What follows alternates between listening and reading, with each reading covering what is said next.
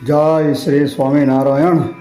આજના સત્સંગમાં મુખ્યત્વે એ વાતની ચર્ચા કરવાની કે શું ભગવાનના અવતાર થયા છે તેના પ્રાદુર્ભાવ પછી જ તેમના લીલા ચરિત્રના ગ્રંથોની રચના થઈ છે, બરાબર। આવો એક સંપ્રદાયની અંદર પણ આજે એક વર્ગ ઊભો કરવાની કોશિશ કરીને કેટલાક સંતો અને હમણાં થોડા દિવસ પહેલાં એક સંપ્રદાયથી બહિર્મુખ થયેલ કેટલાક સંતોએ અને હરિભક્તોએ આવો જ જાહેરની અંદર સોશિયલ મીડિયામાં એક વિડીયો પ્રચલિત કર્યો હતો કે ભગવાનના પ્રાગટ્ય પછી જ તેના લીલા ચરિત્રના એમ કે ગ્રંથો હોય, એમ કે બધા દ્રષ્ટાંત આપે છે કે ભાઈ લગ્ન થાય પછી જ એમ કે પુત્ર હોય, એમ કે એમાં પહેલાં ન હોય, એમ કરીને આડા અવડા આ બધી વાતો અડાવે છે। પણ આ કોઈ શાસ્ત્ર પ્રમાણ છે નહીં, બરાબર। આવું કોઈ શાસ્ત્ર પ્રમાણ હોય તો આવું જે કહેનારા અત્યારે બ્રોડકાસ્ટની અંદર એક ફેંકો સાધુઓ ભેગા થયા છે તે આવા ગપ્પા જાહેરની અંદર હોલા મારે છે કે ભગવાનના પ્રાદુર્ભાવ પછી, તેમના જન્મ પછી જ કે તેમના લીલા ચરિત્ર લખાય। તો આવું કયા ગ્રંથની અંદર લખેલું છે? ભગવાન વેદવ્યાસ રચિત શાસ્ત્ર આધારે પ્રમાણ આપે, બરાબર।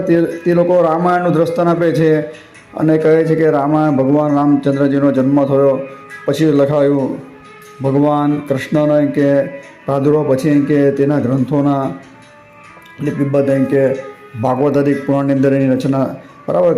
ભગવાન વેશ આદિ કે કરી અને પેલી બાજુ જે કહીએ તો વાલ્મીકી આદિ કંઈ કે ઋષિમુનિએ એની રચના કરી। આવો બધો જે તર્ક અડાવે છે, આ માપદંડ જે છે તે કોઈ શાસ્ત્ર આધાર વગરનો મનસ્વી કલ્પિત આવો કોઈ પ્રમાણ છે ને। એવું જો પ્રમાણ હતે તો ભગવાન સ્વામિનારાયણ અને તેના નંદ સંતોએ શું કામ એવો પ્રયત્ન કરતે? આપણે જોઈએ તો બરોડાની સભાની અંદર મુક્તાનંદ સ્વામી જાય છે કાશીને શાસ્ત્રાર્થને અર્થે, ત્યારે પણ શાસ્ત્રના આધારે જ પુરવાર કરે કે ભગવાનના અવતારાદિક જે થયા છે તે માયેલા ભગવાન જે સ્વામિનારાયણ ભગવાન જે છે તે પણ એમ કે પ્રાદુર્ભાવ આદિકની જે ક્રિયાઓ કે લીલા ચરિત્રો તે ગ્રંથની અંદર લિપિબદ્ધ થયા છે। તેની અંદર આપણા ગોપાળાનંદ સ્વામી કે બ્રહ્માનંદ સ્વામી, દરેક મુક્તાનંદ સ્વામી દરેકે પોતપોતાના પદની અંદર કે ગ્રંથની અંદર અને વિસ્તારથી નોંધ કરી આપણે આગળ તેના પ્રમાણો આપશું કે આપણા નંદસંતોને ખબર નહોતી કે આપણા જે કહેવાતા ઈષ્ટદેવ ભગવાન છે સ્વામિનારાયણ તેનો પ્રાદુર્ભાવ થયા પછી જ તેના ગ્રંથોની અંદર કે તેના ચરિત્ર લખવા જોઈએ। એટલે આ જે વિપરીત અવળી જે ઊંધી આસુરી બુદ્ધિ પ્રદર્શિત કરી અને સમાજને ગેરમાર્ગે દોરી રહ્યા છે તેના આનંદને માટે આજે આપણે વિડીયો બનાવીએ છીએ। ભગવાન શ્રીજી મહારાજે વચનામૃતની અંદર વચનામૃત ગ્રંથ, તો ભગવાન શ્રીજી મહારાજની હયાતી કાળની અંદર તેનું સંકલન થતું હતું। 4 નંદ સંતોએ તેનું સંકલન કર્યું। લોયાનું 7મું વચનામૃત વાંચીએ તો નિત્યાનંદ સ્વામીએ વચનામૃતનું પુસ્તક શ્રીજી મહારાજને બતાવ્યું હતું।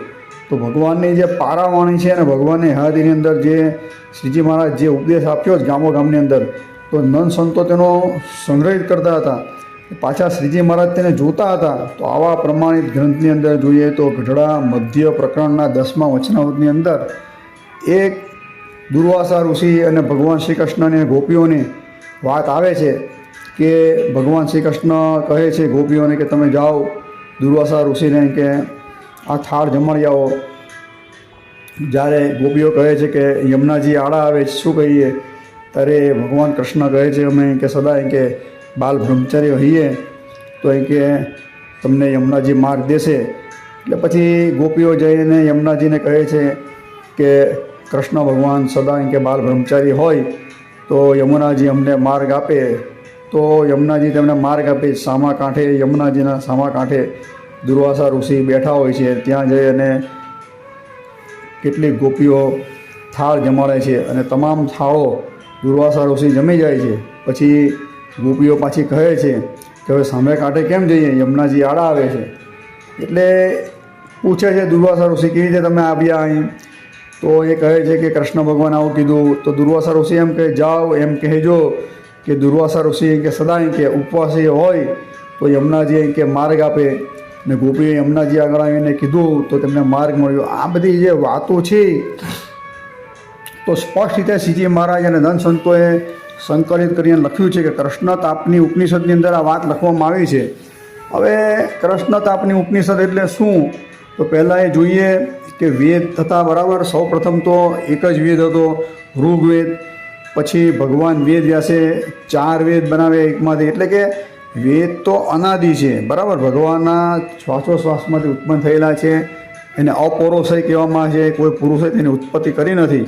અને ભગવાનના ધામનું વર્ણન આવે છે ત્યારે 4 વેદો પણ ભગવાનની સ્તુતિ કરે છે. આવું પણ આવે છે ઘણી જગ્યાએ 4 વેદો લખાયેલા છે, બરાબર, ધામની અંદર પણ.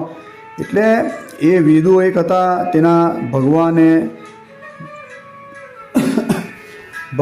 કે તેના ભાગ પડે એટલે તેનું નામ વેદ વ્યાસ કહેવાયું, બરાબર. વ્યાસજી હતા તો એણે વેદના 4 ભાગ કરેલા, તેને વેદ વ્યાસથી પણ ઓળખવામાં આવે. આ જે ઋગ્વેદ, યજુર્વેદ, અથર્વવેદ અને સામવેદની અંદર, યજુર્વેદની અંદર પણ 2 વેદ છે, બરાબર. તો આ જે વેદોની અંદર પાછા 44 વિભાગ આવે છે. સંહિતા ભાગ પહેલો ભાગ આવે છે, પછી બ્રાહ્મણ આવે છે, આરણ્યક આવે છે, અને છેલ્લે ઉપનિષદ. ઉપનિષદ એટલે કે વેદાંત, વેદનો અંત. એટલે જે ઉપનિષદ છે એ 4 વેદ જ કહેવામાં આવે, બરાબર. તો ઉપનિષદ યાને કે વેદનો અંત, જ્ઞાનકાંડ કહીએ તો જ્ઞાનકાંડ છે, બરાબર. તો આ જે ઉપનિષદ એટલે કે વેદની અંદર આ વાત લખાયેલી છે, એવું ભગવાન શ્રીજી મહારાજ સ્પષ્ટ રીતે આ ગઢડા મધ્યના 10મા વચનોની અંદર કહે છે. મેં તમને આગળ વાત કરી એ પ્રમાણે કે વેદ તો અનાદિ છે, અપૌરુષ છે, કોઈની ઉત્પત્તિ થઈ જ નથી. તો પછી આ ભાઈ જે કહેનારા અત્યારે 2 કપોડિયા સાધુઓ બ્રોડકાસ્ટની અંદર એમ કહે છે કે કેટલાક સંપ્રદાયથી વિમુખ જ્ઞાન ધરાવનાર એમ કહે છે એના ચેનલ ઉપર, યુટ્યુબની ચેનલ ઉપર, કે ભગવાનના પ્રાદુર્ભાવ થયા પછી એના જીવન ચરિત્ર લખાય. તો આ કૃષ્ણ તાપની ઉપનિષદની અંદર આ વાત કેવી રીતે આવી? કૃષ્ણ ભગવાન ક્યાંથી આવી ગયા, ગોપીઓ ક્યાંથી આવી ગયા, દુર્વાસા ક્યાંથી આવી ગયા? આ પહેલાં આનું સમાધાન કરે, બરાબર. એ લોકો જાહેરની અંદર આવીને બીજા નંબરની અંદર ગઢડા પ્રથમનું 73મું વચન, તેની અંદર પર આ જ ગોપીઓ દુર્વાસાવાળી વાત છે. તો તેની ટિપ્પણીની અંદર લખવામાં આવ્યું સ્પષ્ટ રીતે.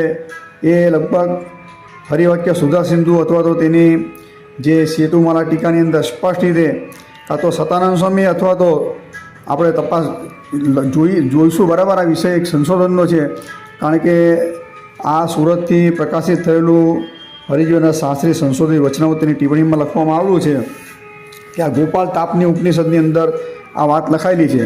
એટલે બે ઉપનિષદની અંદર આ વાત લખાયેલી છે, બરાબર. ગોપાલ તાપની ઉપનિષદ અને કૃષ્ણ તાપની ઉપનિષદ એ અલગ અલગ છે બે.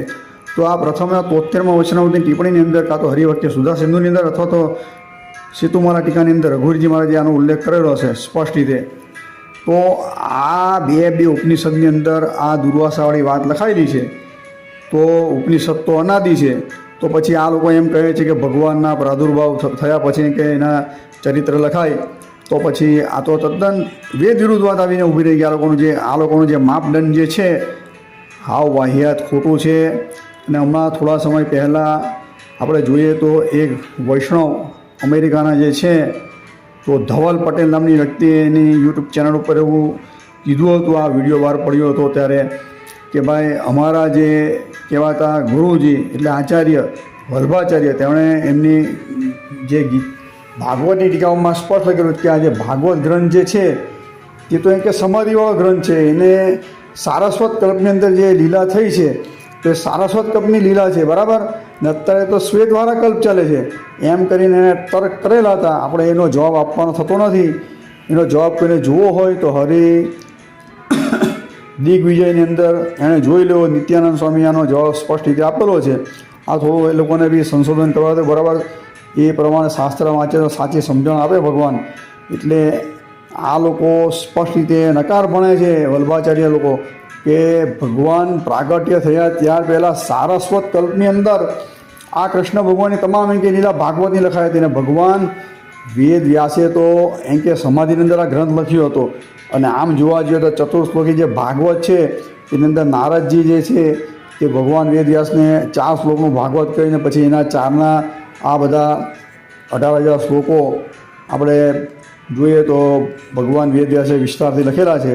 એ પણ આપણા ભાગવતની અંદર જોવા મળે છે. મૂળ વાત પર આવીએ, કહેવાનું તાત્પર્ય એવું છે કે આપણે એ પક્ષ માન્ય નથી, બરાબર. આ વલ્ભાચાર્યજી જે કહે છે કે સારસ્વત કલ્પની અંદર લખાઈને આ તે એનું આપણું ખંડન હરિદિગ્વિજયની અંદર કરવામાં આવ્યું છે, બરાબર. વાંચી લો મુમુક્ષુએ સ્પષ્ટ રીતે. પણ આ વાત ઉપનિષદની અંદર લખી એ સ્પષ્ટ રીતે શ્રીજી મહારાજ બોલ્યા. ગઢડા મધ્યનું 10મું વચનામૃત એની અંદર લખાયેલું છે કે કૃષ્ણ તાપની ઉપનિષદની અંદર પ્રથમનું 73મું વચનામૃત તેની અંદર ગોપાલ તાપની ઉપનિષદ એની અંદર ઉપનિષદની અંદર આ કૃષ્ણ ભગવાનની દુર્વાસાવાળી વાત લખાયેલી છે. ઉપનિષદ તો અનાદિ છે, એટલે આ બધી ખોટી ખોટી આ લોકો લવરી કરે છે. એની પાછળનો તમને દુરાશ્રય બી કેવી પહેલાં કયા કયા ઉપનિષદની અંદર ભગવાનના રામકૃષ્ણથી અવતારનું વર્ણન છે તે જોઈએ. હું બરાબર કલ્કી અવતાર તો જો કલયુગના અંતે થવાનો, તો કલ્કી પુરાણ પણ લખવામાં આવેલું છે. તો આ લોકોને ખબર નથી. બરાબર, કલ્કી પુરાણ પણ સ્પષ્ટ રીતે ભગવાન કલ્કીના ચરિત્રથી ભરપૂર ગ્રંથ છે. હવે ઉપનિષદોની અંદર આપણે વાત કરીએ તો ગીતા પ્રેસમાંથી એક ઉપનિષદ બહાર પડેલો છે.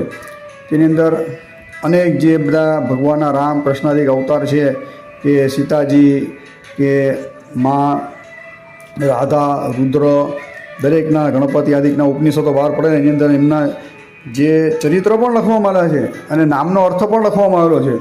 એમાં મુખ્ય કયા કયા જે ઉપનિષદો છે તો તેની વાત કરીએ તો શ્રી રામ ઉત્તર અને પૂર્વ એમ કહીને અલગ અલગથી, એટલે શ્રી રામ પૂર્વ તાપની ઉપનિષદ, શ્રી રામ ઉત્તર તાપની ઉપનિષદ એવું પણ એક ઉપનિષદ છે. એની અંદર ભગવાન શ્રી રામના જે ચરિત્રથી લખવામાં આવે અને ભગવાન શ્રી રામના અર્થો પણ મહિમા આદિ બધું વિસ્તારથી વર્ણન કરવામાં આવ્યું છે.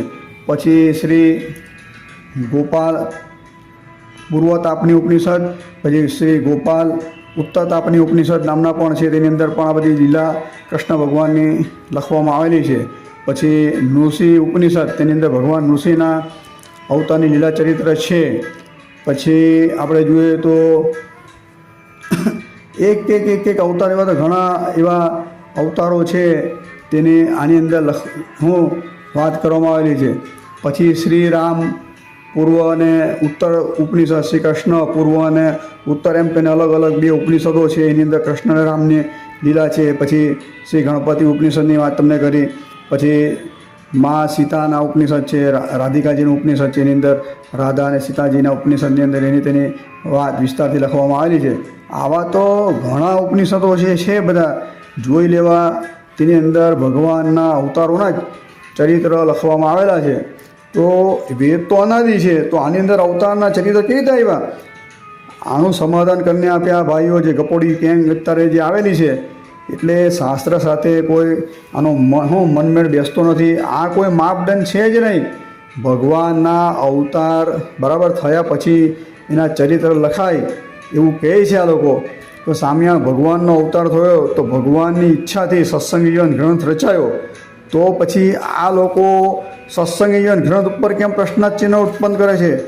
એ લોકોની કપોળકલ્પિત ગુણાતીતાન સ્વામીની વાતની અંદર લખવામાં આવ્યું છે કે આ જે સત્સંગી જીવન ગ્રંથની રચના આમ સતાનંદ સ્વામી કરી, તો સુકાનંદ સ્વામીને નામ અડાવેલું છે. બરાબર, કોણ રચિતા છે તેની અંદર પણ આ લોકો ભ્રમ ઉત્પન્ન કરે છે.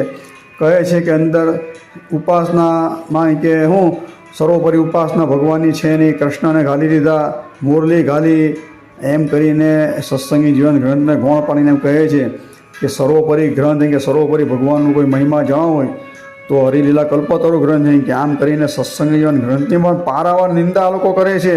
બરાબર, ને એ વાતનું સમર્થન આજે કહેવાતી બે ગપોડી બ્રોડકાસ્ટની તોડકીઓ એ કરે છે. આ અજ્ઞાની સાધુ અને બીજો એક જે ગપોડીઓ સાધુ હાલતી ચાલતી લાઇબ્રેરીને ઓળખાય પેલો ગપોડીઓ સાધુ, એટલે આ બે ને કશું કોઈ સનાતન વૈદિક ધર્મનું જ્ઞાન નથી, સંસ્કૃતનો ખબર નથી. તો હું સંપ્રદાયના આટલા સાહિત્ય વાંચ્યા ને આ વાંચ્યા?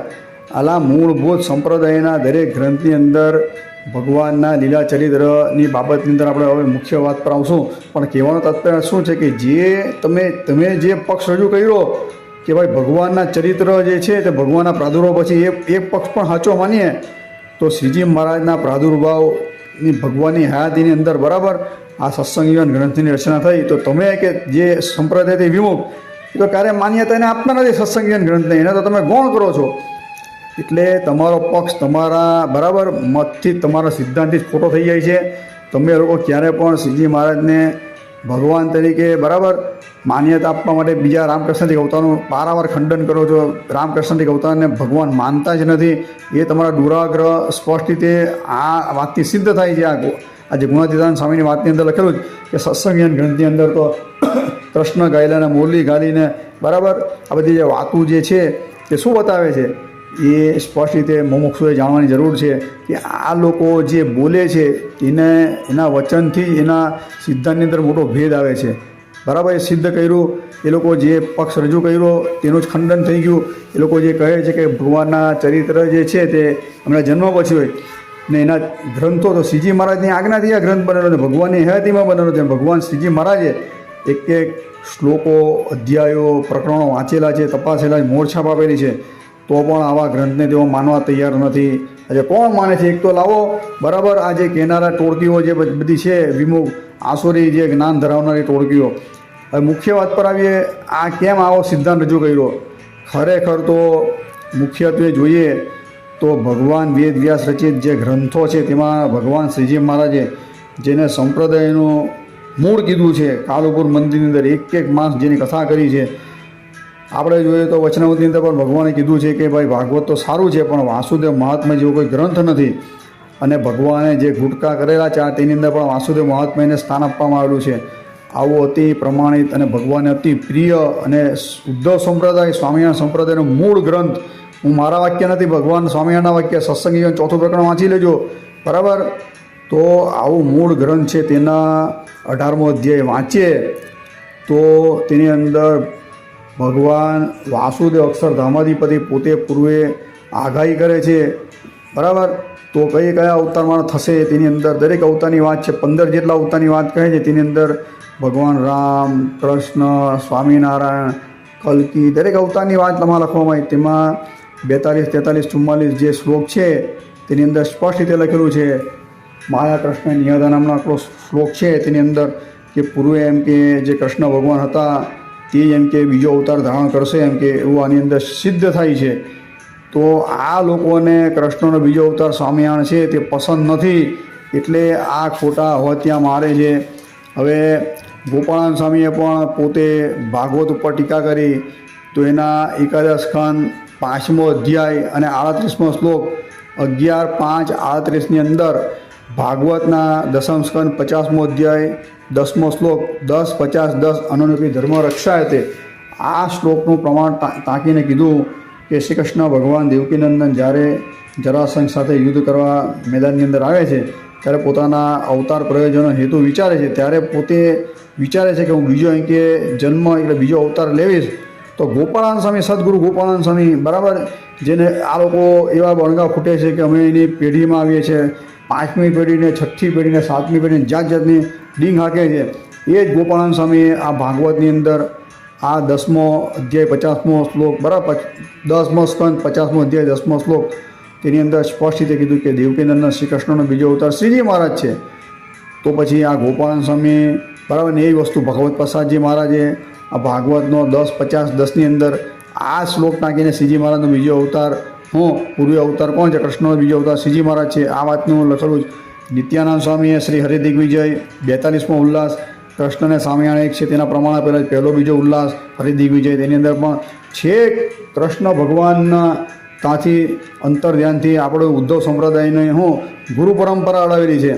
તો આ બધા જે નન સંતો હતા તેને ખબર નહોતી બરાબર કે ભગવાનના પ્રાદુર્ભાવ પછી જ ગ્રંથની રચના થાય, આમ થાય તેમ થાય, પણ એનું મૂળ છેક કૃષ્ણ ભગવાનથી અડાવે છે બરાબર.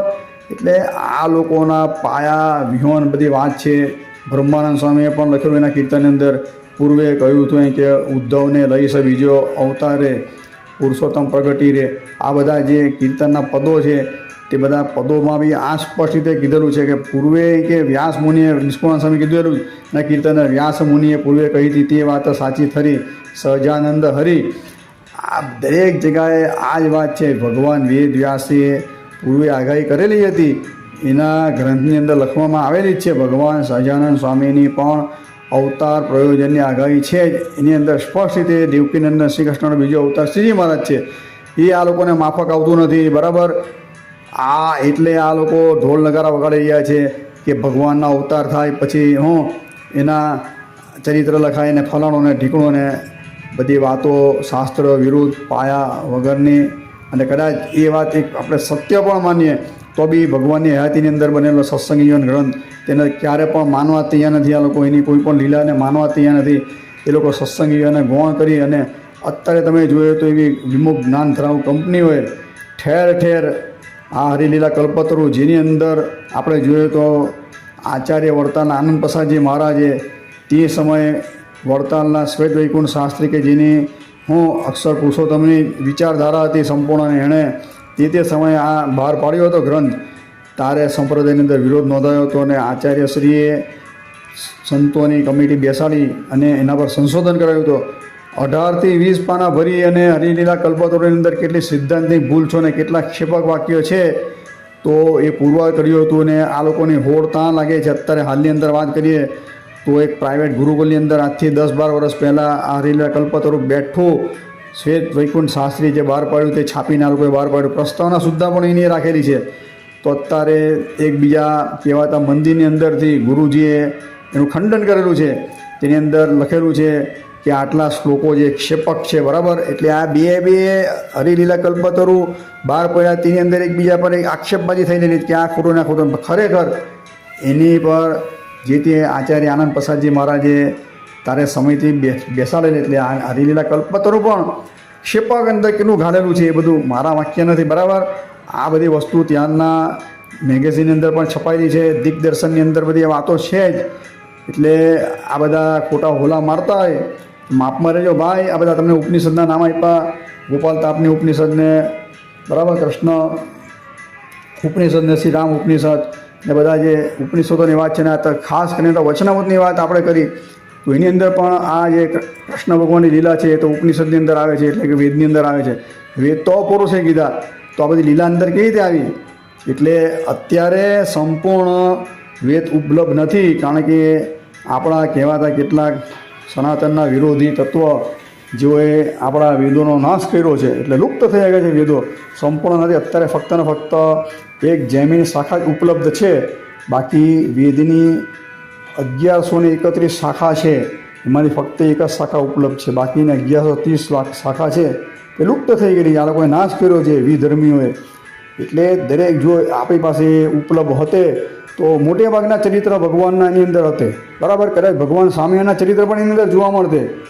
આ તમને છાતી તો કે તમને કહું છું, કારણ કે અત્યારે છે નહીં એટલે આપણે કશું પણ હું બોલી શકીએ નહીં પ્રમાણ વગર. આ લોકોની આપણે ગપ્પા મારવા નથી, પણ હું એટલું તો પ્રબળ દાવો કરી શકું છું કે આવા જે ભગવાન શ્રી રામ કૃષ્ણ આદિકના ચરિત્ર, માતા જગતજનનીના ચરિત્ર જે છે તો 100% કૃષ્ણ ભગવાનને રામના ચરિત્ર હોય કે નૃસિંહ ભગવાનના ચરિત્ર હોય તો ભગવાન સ્વામિનારાયણના પણ કાંઈ ચરિત્ર હતે જ. હવે એક બીજી વાત પણ આ પ્રસંગોપાત લઈ લઈએ કે એક જૂનાગઢના કહેવાતા કાશી પંડિત કૃષ્ણ વલ્ભાચાર્યના નામથી ઓળખાય છે. તે એના તમામ જે ગ્રંથો તેને રદબાતલ કરે આનંદ પ્રસાદજી મહારાજે. તેણે ગુણાતીત કે ઉપનિષદ નામનો એક કપોળકલ્પિત ગ્રંથ પણ ઉત્પન્ન કરેલો ઉપનિષદના નામે. હવે ગુણાતીતાનંદ સ્વામીના નામે એણે આ લોકો આ કૃષ્ણ વલ્ભાચાર્ય ગુણાતીતાનંદ સ્વામીની વાત અને ગોપાળાનંદ સ્વામીની વાત સંસ્કૃતમાં અને હિન્દીની અંદર બહાર પાડી હતી, બરાબર. કોઈને વિશ્વાસ નહીં હોય તો અત્યારે કહેવાતા ગુરુજીની એક વેબસાઇટ ચાલે છે, તેની અંદર આ બધી જે વાતો છે મેં એની PDF પણ બનાવેલી છે. જોઈતું હોય તો કહેજો, હું પહોંચતી કરીશ. આ વાતોની અંદર આ લોકો કૃષ્ણ વલ્ભાચાર્યની વાતોને એ જ બેઠી ગુજરાતી કરીને છાપીને વેચે છે. એટલે પાછા દાવા ઠોકે છે કે આણે સંગ્રહિત કરી, સદગુરુએ સુકાનંદ સ્વામીએ સંગ્રહિત કરેલી છે, આમ તેમ. બધી ભાઈ માપમાં રહ્યો. દરેકને ખબર છે કે આ વાતોને ગોરધન કોઠારી તારના હતા વડતાલના, જ્યારે પહેલી વાર વાત પડી હતી ગુણાતીતાનંદ સ્વામી, ત્યારે જ નોટિસ ફટકારેલી, કીધું કે આ વાતો છે જ નહીં. આનંદ પ્રસાદજી મહારાજની આજ્ઞાથી બંધનો ઇતિહાસ બહાર પડેલો. કેટલી બધી વાતોના પ્રમાણ આપીને કીધું કે આ બધી વાતો મૂળ શાસ્ત્રથી વિરુદ્ધ છે અને આવી બધી વાતો છે તેના જે પ્રમાણિત તરીકે માનનારા વર્ગો વધી ગયા છે કે આટલી કે પ્રતો વિચાઈ ગઈ વચનામૃત કરતાં આની પ્રત વધારે વિચાય. એટલે આ વધારે હું પાછા હું કહીશ કે જન આદેશ મુખ્ય ગણાય. અલા મૂર્ખા 60,000 વિચારે જન આદેશ છે, અહીંયા તો કરોડોની સંખ્યામાં હરિભક્તો છે. એવી રીતે આ લોકો કાના કાં છેડા અડાવે છે પોતાના બંડ આશ્રયને સાચું કરવા માટે.